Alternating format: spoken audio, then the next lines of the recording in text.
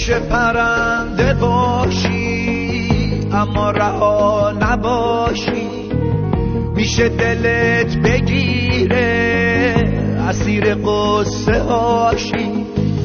حالا که آسمونه دنیا یک تازه ای نیست، اون وقت یه جا بشینی محو گذشته خوشی.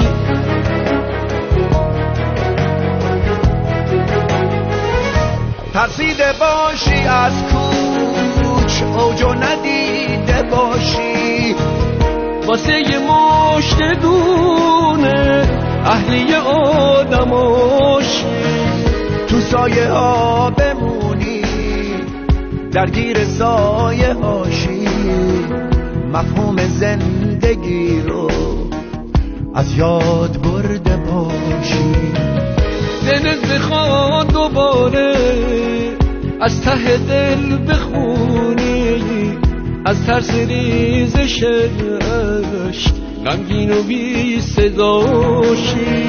میشه پرنده باشی اما رها نباشی، میشه دلت بگیره اسیر قصه هاشی. حالا که آسمونه دنیا یک تازه ای نیست، اون وقت یه جا بشینی محو گذشته خوشی.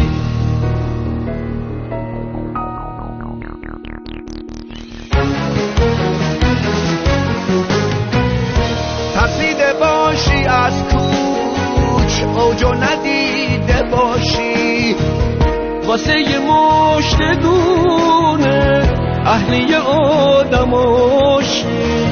تو سایه ها بمونی درگیر سایه هاشی، مفهوم زندگی رو از یاد برده باشی.